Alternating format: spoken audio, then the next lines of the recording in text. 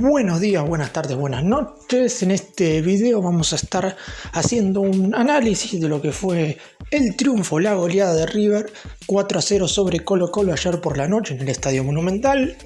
El equipo dirigido por Marcelo Gallardo pasó por encima, sobre todo en el segundo tiempo, al elenco chileno y aseguró su clasificación a los octavos de final de la Copa Libertadores, además de asegurarse el primer lugar. Lo que le queda al conjunto de Núñez en este semestre, en la última jornada, próximo miércoles 25 de mayo, justo el día en el que se cumple un nuevo aniversario de la fundación del club. Ese encuentro únicamente servirá para cerrar el semestre porque ni River ni Alianza Lima se jugarán nada, el Millonario, como dije, ya es primero y el equipo de Perú ya se encuentra eliminado. Además, vamos a estar refiriéndonos a un par de noticias que vinculan a algunos jugadores de River con ciertos clubes europeos en el próximo mercado de pases, y además vamos a estar haciendo un breve resumen de lo que podría llegar a ser el periodo de transferencias por parte del Millonario en cuanto a las altas, a los jugadores que pueden llegar a venir, porque Marcelo Gallardo fue muy contundente en conferencia de prensa en relación a esto. ¡Empecemos! Como hago siempre, voy a iniciar con un breve comentario de cada uno de los jugadores que arrancaron ayer el partido frente al conjunto chileno, frente a Colo-Colo. Es que el Centurión tuvo que estar en el arco debido a que Franco Armani había dado positivo por coronavirus 2 días antes, y la verdad es que tuvo muy buen partido. Se mostró muy seguro a la hora de cortar ciertos centros, y en la única jugada en la cual tuvo que destacarse en la segunda parte, la verdad es que lo hizo muy bien. Luego de una pelota que había pegado en el palo de uno de los delanteros de Colo-Colo, en el rebote la cazó otro futbolista del elenco chileno, remató de cabeza, pero Centurión con una muy buena volada evitó lo que en ese momento hubiera sido el descuento porque River ya estaba ganando por 4-0, pero aún así pudo disfrutar de una acción destacada.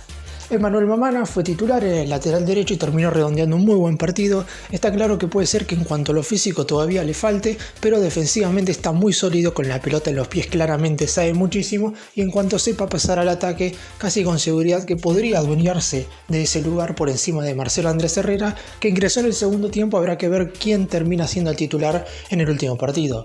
La pareja de centrales redondeó un muy buen compromiso después de haber tenido una muy floja actuación frente a Tigre el día que River quedó eliminado de la Copa Liga Profesional. Paulo Díaz tuvo la suerte de ser el capitán ante las bajas de Enzo Pérez y Franco Armani, mientras que Héctor David Martínez pudo convertir su gol, el segundo tanto que hace con la camiseta del Millonario. Ambos fueron por Copa Libertadores. El año pasado le marcó a Junior en el Monumental, mientras que ayer por la noche hizo lo propio frente a Colo-Colo. Milton Casco, lateral izquierdo, enorme partido del marcador de punta zurdo, mejor dicho marcador de punta diestro, que se desempeña por el costado izquierdo. Redondeó una excelente actuación, atacó cuando tuvo que atacar, defendió cuando tuvo que defender, y fue a mi entender uno de los 3 mejores del partido. Zuculini jugó un buen partido, me parece que en relación a lo que venía haciendo, porque no tuvo buenas actuaciones cuando le tocó reemplazar a Enzo Pérez en este semestre puntualmente, porque en los anteriores sí tuvo buenos partidos, pero en este compromiso puntualmente frente a Colo-Colo, Zuculini mostró un muy buen repertorio, cortando cuando tenía que cortar, pasando la pelota, jugando muy simple en los momentos en los cuales así lo demandaba el juego, y también terminó redondeando un buen partido. Enzo Fernández, a mi entender, sin convertir goles, fue la gran figura de River. Se mostró por todos los sectores del campo de juego, atacó, defendió, pasó la pelota, recuperó, hizo absolutamente de todo. Después vamos a hablar de él porque lo vinieron a ver del fútbol europeo. Nicolás de la Cruz, la otra gran figura, a mi entender, pudo convertir el segundo tanto de River, un futbolista todoterreno y que se destaca sobre todo en estos partidos por Copa Libertadores, donde nunca deja la gamba. Sin lugar a dudas, ojalá que pueda renovar su contrato, porque es el otro futbolista del cual vamos a hablar más tarde. Agustín Palavecino volvió a ser titular y también tuvo un buen rendimiento. En general todo River lo tuvo, pero en el caso de Palavecino, teniendo en cuenta que no venía estando desde el arranque, pudo convertir un gol y también terminó redondeando un buen partido con un nivel muy parecido al cual había tenido a fines del 2021. Ezequiel Barco alternó buenas y malas, pero hay que decir que estas buenas, a diferencia de los otros partidos donde quedaban en insinuaciones, terminaron siendo buenas jugadas destacadas. marcó un tanto, el cuarto del equipo, y terminó participando muy bien durante todo el juego en cuanto a lo colectivo. Y Julián Álvarez lamentablemente está negado con el arco, tuvo dos situaciones muy claras, pero el arquero pudo tapárselas correctamente, pero en cuanto al juego sigue siendo un futbolista totalmente muy pero muy virtuoso, está claro porque lo vinieron a buscar del Manchester City y en cada una de las jugadas se nota su toque distintivo. De hecho, cuando River no estaba jugando bien en los primeros minutos, a mi entender era el mejor del equipo. Después en el segundo tiempo, cuando el resto de sus compañeros se acoplaron, terminó quizás siendo uno más, pero aún así Julián siempre termina demostrando un muy buen repertorio. Analizando en primer lugar los primeros 45 minutos, todo empezó con un River intentando tomar la iniciativa, pero con un Colo-Colo muy pero muy bien parado. El equipo chileno se mostró muy seguro, sabiendo lo que quería hacer en esos primeros minutos del compromiso. Contraatacaba cuando tenía que contraatacar, movía la pelota en los momentos en los cuales la recuperaba fácilmente, porque River en ciertas oportunidades se apuraba, en otras lograba llegar a fondo y tirar centros, quizás sin ningún destino, pero por lo menos lograba superar ese 3/4 de cancha, que era donde Colo-Colo se mostraba con toda su solidez, con una muy buena línea de mediocampistas y con los defensores muy juntitos como para que ninguno de los futbolistas de River pudiera desequilibrar individualmente. Esto fue más o menos hasta los 30 minutos. A partir de ahí, sí, River pudo soltarse y mostrar su mejor versión. Al principio le costó, hubo futbolistas que se mostraron un poco incómodos, como es el caso de Barco, como también le pasó a Palavecino, pero cuando empezaron a funcionar Enzo Fernández y Nicolás de la Cruz, el equipo empezó a fluir con muchísima facilidad y ahí es cuando River empezó claramente a dominar el encuentro de punta a punta. El gol, el primer tanto del Millonario en el partido, llegaría a los 42 minutos, cuando estaba por cerrarse la etapa inicial, luego de una jugada que empezó de arco a arco. Paulo Díaz termina abriendo la pelota para la izquierda con Enzo Fernández, junto con Julián Álvarez hacen un tándem y la pelota termina cambiándose de sector del lado izquierdo al lado derecho, desemboca en Mamana, que arma una muy buena jugada junto con Zuculini. Este toca para Enzo Fernández hace el pase que termina desequilibrando, desbaratando a la defensa chilena hacia De la Cruz, que con un solo control se perfila, lanza el centro por abajo, rechaza el zaguero de Colo-Colo, pero la pelota termina impactando en Agustín Palavecino, que prácticamente sin quererlo marca el primer tanto de River, se le mete por arriba al arquero y en ese momento el Millonario empezaba a tomar ventaja. River ya ponía primera en el marcador y seguramente unos pensaban que el equipo chileno iba a salir a buscar el empate en el segundo tiempo, porque sí o sí tenía que buscar la igualdad. Debido a la victoria el día anterior de Fortaleza en Lima frente a Alianza, Colo-Colo estaba por lo menos obligado a sacar un empate para que justamente le sirva la igualdad como local en la última fecha ante el conjunto brasileño para pasar a los octavos de final. Con una derrota, lamentablemente, como Fortaleza había ganado por 2-0, lo obligaba a ganar en la última jornada como local en Chile para quedarse con ese segundo lugar. En el primer tiempo todo comenzó parejo, pero River terminó mostrando su jerarquía individual, sobre todo en los últimos minutos, para irse al descanso con la victoria en el marcador. Y si quieren hablar de un equipo totalmente todoterreno, hay que mostrarles cómo jugó River los primeros 20-25 minutos del complemento. Una verdadera máquina. El Millonario generó entre 6 y 7 situaciones de gol y pudo obviamente convertir 3 tantos. No fue totalmente efectivo, pero fue lo suficientemente eficaz como para liquidar el partido apenas comenzara el segundo tiempo. Pero obviamente a eso Colo-Colo tuvo una chance muy clara.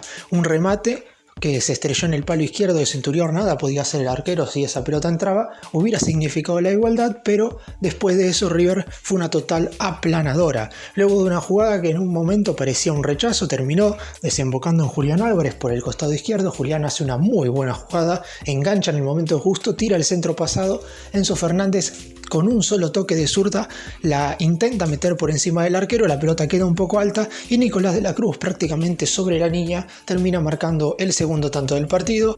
River estiraba las acciones y prácticamente el partido estaba liquidado. Un par de minutos más tarde hubo que esperar únicamente para que definitivamente el encuentro quedara totalmente liquidado. Centro desde la derecha de Julián Álvarez, la peina Mamana en el primer palo y por detrás de todos Héctor David Martínez sin marca, entre las piernas del arquero marca el tercero, goleada y River ya aseguraba el primer lugar del grupo, también aseguraba obviamente la clasificación, y lo que quedaba a ver ahora era cuántos goles podía meter para ver en qué posición puede terminar en cuanto a los mejores primeros. Se sabe que Palmeiras va a ser el mejor primero de todos, de esto ya voy a hablar un poco más adelante igualmente, porque seguramente gane todos los partidos, tiene 15 puntos, si gana el último frente a Deportivo Táchira en Brasil, terminará con 18 de 18 y será el mejor de todos los primeros, el único con esa oportunidad, mientras que los equipos que ganando el último compromiso podrían tener 16 puntos son justamente River, Flamengo y Estudiantes. Con esos tres, River estará peleando ser el segundo mejor de los primeros o en todo caso el tercero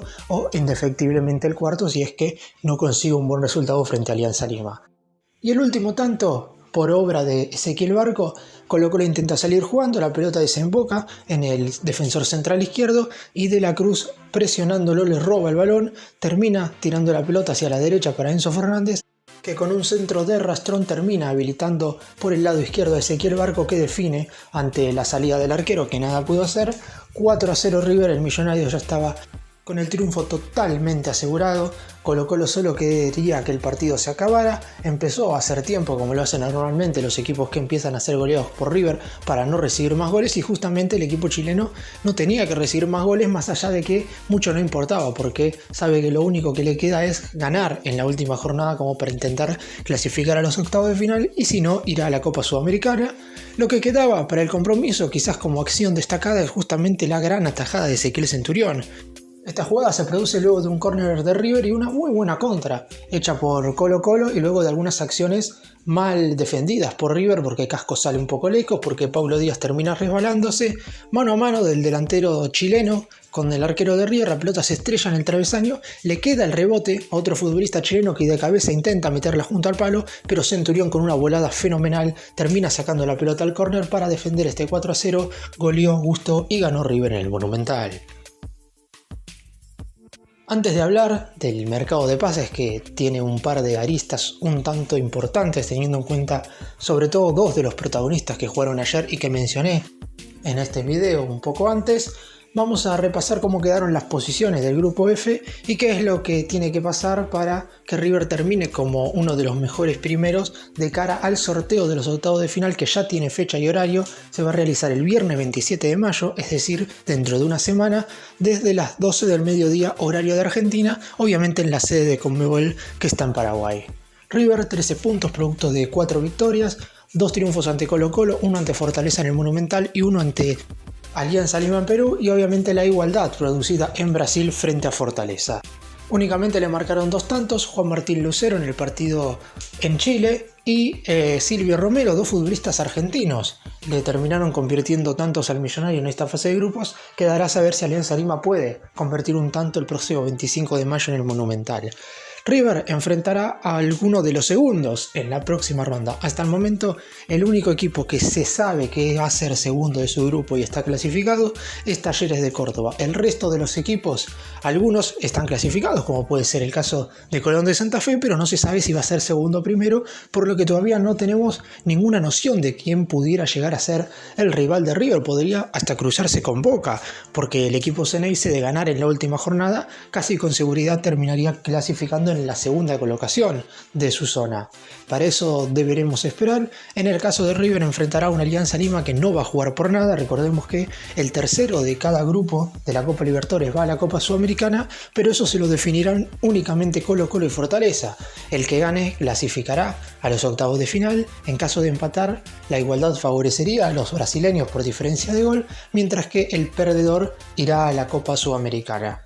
Lo que también hay que destacar, 8 Copas Libertadores dirigidas por Marcelo Gallardo como entrenador del más grande, 8 veces clasificó y prácticamente sin ningún problema a los octavos de final, salvo en algunas excepciones, como puede ser la del 2015, donde tuvo que esperar que Juan Aurich perdiera contra Tigres en Perú, y después obviamente la del año pasado, que si bien no pareció tan extrema debido a todo lo que sucedió con el tema del coronavirus, la realidad es que River estuvo a punto de quedar eliminado, porque si Junior le marcaba un tanto a Independiente Santa Fe en Colombia, el equipo de Núñez hubiera quedado eliminado, porque recordemos que en la última fecha cayó ante Fluminense en el Monumental.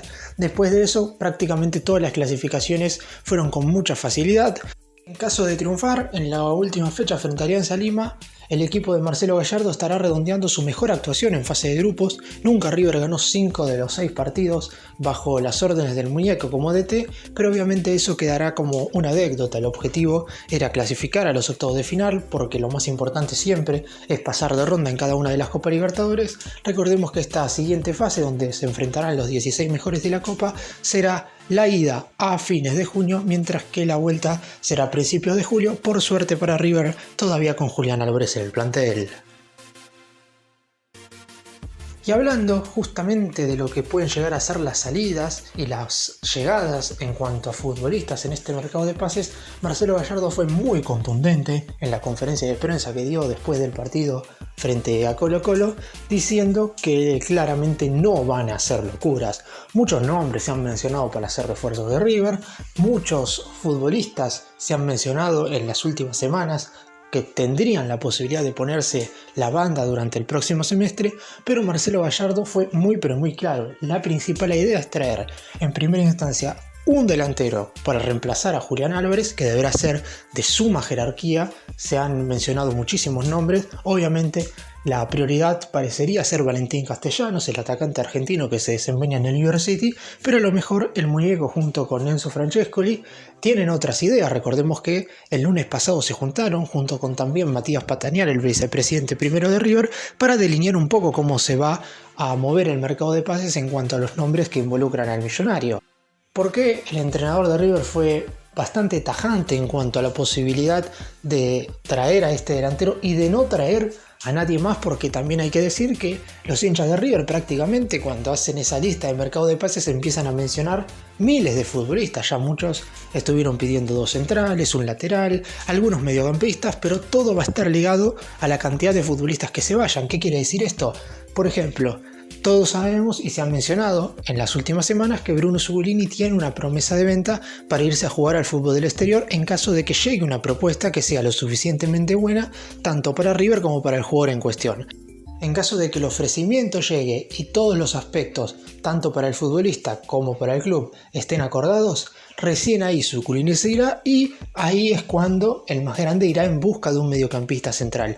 Previo a eso y más allá, como dije, de que algunos hinchas no estén contentos, por ejemplo, con el rendimiento de Zuculini, el millonario no va a ir a buscar en primera instancia a un volante de contención, se va a quedar con los dos que tiene, con Enzo Pérez y en este caso con Zuculini. Y así muchos otros futbolistas. Se ha también hablado de un lateral derecho debido a la lesión de Robert Rojas, pero Gallardo tampoco ha mencionado esa posibilidad. A un central, porque claramente la defensa de River fue el punto más flojo en este semestre, quizás no individualmente, porque si bien es cierto que quizás Héctor David Martínez, por ejemplo, no ha tenido un buen nivel, más allá de que tuvo ayer un partido muy bueno contra Colo-Colo, no es de Gallardo cada vez que un futbolista tiene un par de partidos malos reemplazarlo fácilmente. Siempre le da bastantes posibilidades. De hecho, Emanuel Mamana fue titular y Herrera salió del equipo, pero después de bastantes partidos no lo sacó de un día para el otro y no sabemos con exactitud si Herrera perdió el puesto. A lo mejor el próximo partido vuelve a jugar el ex San Lorenzo y Mamana se sienta en el banco de suplentes, eso no lo sabemos. Pero lo que sí hay que tener en cuenta es que en primera instancia River no va a hacer locuras en cuanto a lo que tiene que ver con la economía, va a intentar incorporar a ese delantero de jerarquía y de calidad para reemplazar a Julián Álvarez, pero después de eso todo dependerá de cómo se vaya manejando el mercado de pases. Recordemos que comenzará este lunes 23 de mayo y finalizará el 7 de julio, justamente el día que Julián partirá hacia Inglaterra para irse al Manchester City. Y ahora vamos a hacer hincapié en 2 futbolistas de River que tienen muchas chances de irse. Vamos a empezar con Nicolás de la Cruz, que recién mencioné a Bruno Zuculini con una promesa de venta. Nicolás de la Cruz sí tiene una promesa de venta y ya desde hace bastante tiempo. La realidad es que la idea tanto de la dirigencia como del jugador era que el uruguayo se fuera después de la Copa América del año pasado. Sin embargo, en ese momento no llegó ningún ofrecimiento. Tenía una promesa de venta para irse en enero de este 2022, en el anterior periodo de transferencias, pero lamentablemente recordemos que De la Cruz sufrió una trombosis venosa en uno de sus pies, se le formó un coágulo y es por eso que no pudo disputar como titular los últimos partidos de River en el semestre anterior y es por eso que obviamente al no tener continuidad tampoco llegó ningún ofrecimiento. De la Cruz tiene contrato con River hasta el 31 de diciembre del 2022, hasta fines de este año, y Gallardo, cuando le consultaron por esto en conferencia de prensa, dijo que esto lo están manejando al 100% de los directivos. Recordemos lo que sucedió con Angeleri y Rolheiser a principios de año. No renovaron sus vínculos y quedaron colgados todos estos meses, y ahora el próximo 30 de julio serían libres con el pase en su poder.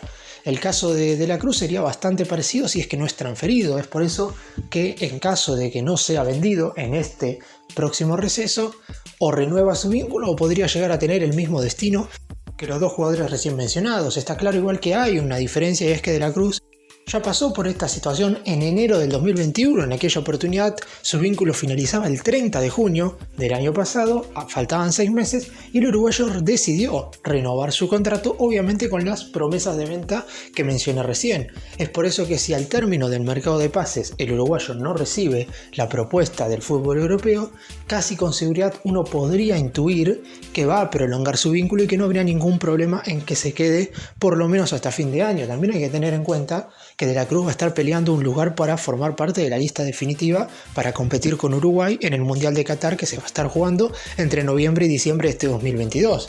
En caso de no elegir correctamente su próximo destino, de irse a un club en el cual juegue muy poco, a lo mejor su entrenador, Diego Alonso, el director técnico de la selección uruguaya, no lo elige como uno de los futbolistas para representar a la selección charrúa en la Copa del Mundo. Es por eso que deberá decidir muy bien a dónde se va a ir, y ahora habrá que esperar qué es lo que sucede con él en el siguiente receso. Si bien no tuvo quizás el semestre con el más alto nivel, es un futbolista que cada vez que le toca responder lo hace muy bien dentro del campo de juego. Ayer tuvo un partido fantástico, a mi entender, junto con Enzo Fernández fueron los dos mejores jugadores del equipo, tuvo la suerte de convertir un gol y es un futbolista al cual Gallardo quiere muchísimo. En cuanto volvió de su lesión lo puso como titular sin ninguna excepción. Es de esos jugadores por los cuales el muñeco siente una predilección muy pero muy especial. Lo aguantó cuando en su momento era resistido por la gente, y en cuanto empezó a rendir fue uno de los futbolistas más determinantes en el 11 titular de Gallardo. Y ahora vamos con Enzo Fernández, la otra gran figura del partido de ayer, porque hubo emisarios del Benfica de Portugal que lo fueron a ver en vivo para corroborar si todo lo que se habla de él acá en Argentina y también en Europa es verdaderamente real. Enzo Fernández es un futbolista seguido muy de cerca por bastantes equipos del viejo continente, pero el Benfica de Portugal sería quien puso primera como para llevárselo. En un principio sería muy pero muy complicado que en este mercado de pases se vaya de River. El deseo del jugador es quedarse a competir en la Copa Libertadores, pero recordemos que River podría llegar a quedar eliminado antes de que finalice el mercado de Europa, porque si bien acá en Argentina el libro de pases cierra el 7 de julio, en Europa es un mes después, los primeros días de agosto. Esto quiere decir que, por ejemplo, y ojalá esto no suceda, pero si River queda eliminado en los octavos de final que finalizan la primera semana de julio, aún así podría llegar un ofrecimiento por Enzo Fernández para que posteriormente se vaya a jugar al fútbol europeo, aunque en este caso ya su principal objetivo con River no podría cumplirse, porque la realidad es que lo que él quiere es ganar la Copa Libertadores, o por lo menos competir y pelearla hasta el final. Ese siempre fue su deseo, y es por eso que en caso de que el Benfica de Portugal, que es el club en cuestión, si viene con una oferta de los 20 millones de euros de su cláusula de rescisión, Enzo Fernández en primera instancia se negaría a ir al fútbol europeo para justamente cumplir su sueño de ganar y ser campeón de América con River. Esto no significa que en el otro mercado de pases Enzo Fernández se pueda llegar a ir. También existe la posibilidad y tiene un mínimo margen de disputar el Mundial con la selección argentina. Se habla de que es el único futbolista, más allá de los dos ya convocados, que son Álvaro y Armani, que puede llegar a jugar la Copa del Mundo defendiendo los colores del albiceleste en Qatar a fines de este 2022. Obviamente esto no tiene nada que ver con la posibilidad de que se vaya a mitad de año. Seguramente si los del Benfica estaban dudando de si hacer una oferta o no, con el rendimiento que tuvo ayer no van a quedar ninguna duda. Es un jugador totalmente completo que ha mejorado muchísimo desde que fue totalmente titular en River. Recordemos que en un principio Enzo Fernández fue quien reemplazó a De la Cruz. El uruguayo se lesiona en el partido en el cual por la liga profesional pasada River vence 3-1 a San Lorenzo. Enzo Fernández entra y a partir de ahí no sale nunca más del equipo, y obviamente tuvo un rendimiento verdaderamente superlativo. En este año no solamente recuperó y asistió y dio esos pases gol, sino que llegó al área con total contundencia y ha sido, a mi entender, el futbolista más regular de este semestre por parte del millonario. En esta primera mitad del 2022, donde la mayoría de los jugadores tuvieron niveles irregulares con buenos partidos y otros malos, Enzo Fernández prácticamente jugó bien siempre. Si bien es verdad que dentro de un mismo partido puede llegar a tener altibajos, mismo en el compromiso de ayer arrancó flojo, pero terminó siendo, a mi entender, la gran figura junto de la Cruz. Después de todo lo que vimos ayer, no hay duda de que si el Benfica tenía alguna duda para hacer o no una oferta, en los próximos días podría llegar una propuesta a las oficinas de la institución de Núñez. Bueno, para cerrar y hablando un poco de lo que viene, Gallardo también en la conferencia de prensa se enojó con una pregunta cuando le consultaron si Franco Armani y Julián Álvarez, que son los dos jugadores citados para disputar la próxima fecha FIFA con la selección argentina y que se van a perder los primeros partidos de la próxima liga profesional, se podrían llegar a ir antes y no jugar el último compromiso frente a Alianza Lima. Gallardo fue contundente y dijo que deben estar presentes para jugar con River acá en la Copa Libertadores porque el reglamento los ampara. Igual hay que tener en cuenta que Armani, recordemos, tiene coronavirus y habrá que ver si da negativo para que pueda disputar ese partido. En todo caso, seguirá Centurión. ¿Qué le sigue a River después de enfrentar el próximo miércoles a Alianza Lima? Viernes 27 de mayo, sorteo de la Copa Libertadores. Seguramente los futbolistas tengan un par de días de descanso, no va a haber pretemporada, porque en la primera semana de junio arranca ya la nueva liga profesional. Recordemos que el campeón clasifica directamente a la Copa Libertadores 2023, por lo que no hay que dejar nada librado al azar. River tiene que pelear ese campeonato también, y obviamente una vez conozcamos al rival que va a enfrentar en los octavos de la Copa Libertadores, veremos qué es lo que le depara en el ámbito internacional. Gracias por mirarnos, suscríbanse, nos vemos en el próximo vídeo.